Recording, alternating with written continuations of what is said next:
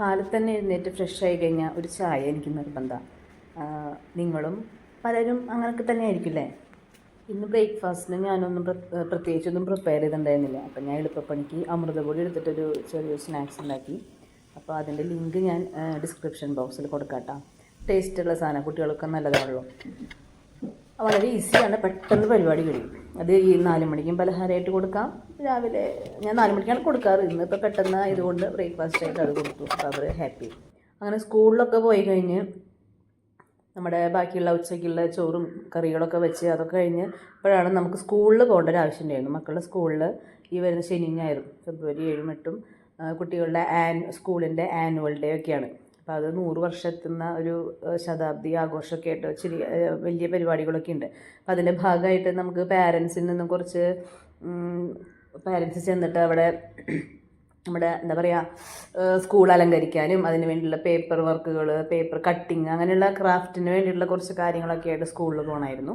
അപ്പോൾ അതിനൊക്കെ പോയി തിരിച്ച് വന്നപ്പോൾ ഞാനൊരു 4 മണിയായി വന്നപ്പോൾ.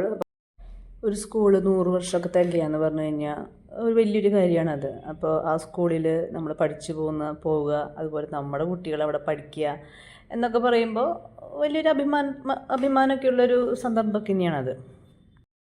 അപ്പോൾ അങ്ങനെ സ്കൂളിലത്തെ പരിപാടികളും വിശേഷങ്ങളൊക്കെ കഴിഞ്ഞ് ഞാൻ വീട്ടിലെത്തിയപ്പോൾ കുട്ടികൾ എത്തിയിട്ടുണ്ടായിരുന്നു. അപ്പോൾ അവർക്കുള്ള ഫുഡൊക്കെ അമ്മ ഉണ്ടാക്കി വെച്ചിട്ടുണ്ടായിരുന്നു. വെറുതെ ഇരിക്കാൻ ഇഷ്ടമില്ലാത്ത, ഏത് നേരം പണിയെടുത്തുകൊണ്ടിരിക്കുന്ന ഒരാളാണ് ഇവിടെ അമ്മ. ഇവിടുത്തെ അമ്മ എന്ന് പറയുമ്പോൾ മദർ ഇൻ ലോ ആണ് കേട്ടോ. അപ്പോൾ ആൾക്ക് ഒരു മടിയില്ല, വെറുതെ ഇരിക്കാൻ ഇഷ്ടമില്ല, അങ്ങനത്തെ ഒരാളാണ്. അപ്പോൾ എപ്പോഴും പണിയെടുത്തുകൊണ്ടിരിക്കും. അത് കാരണം എനിക്ക് സുഖമാണ് കേട്ടോ.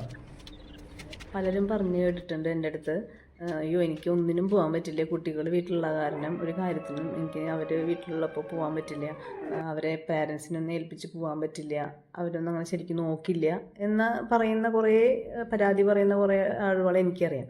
പക്ഷേ ഇവിടെ അങ്ങനെയല്ല കേട്ടോ. ഇവിടെ മക്കൾക്ക് തന്നെ വേണ്ടാന്ന് വേണമെങ്കിൽ പറയാം. അവർ അമ്മമ്മയുടെ കൂടെ, അമ്മീനെ വിളിക്കുക, ആളുടെ കൂടെയാണ് എപ്പോഴും ഉണ്ടാവുക. ഞാൻ എവിടെ പോയാലും അവർക്ക് പ്രശ്നമില്ല. അപ്പോൾ അതുകൊണ്ട് അങ്ങനെയുള്ള അമ്മമാരെ കിട്ടുക നല്ലൊരു ഭാഗ്യം. അതിനൊക്കെ നല്ല ഭാഗ്യം ചെയ്യണം അല്ലേ.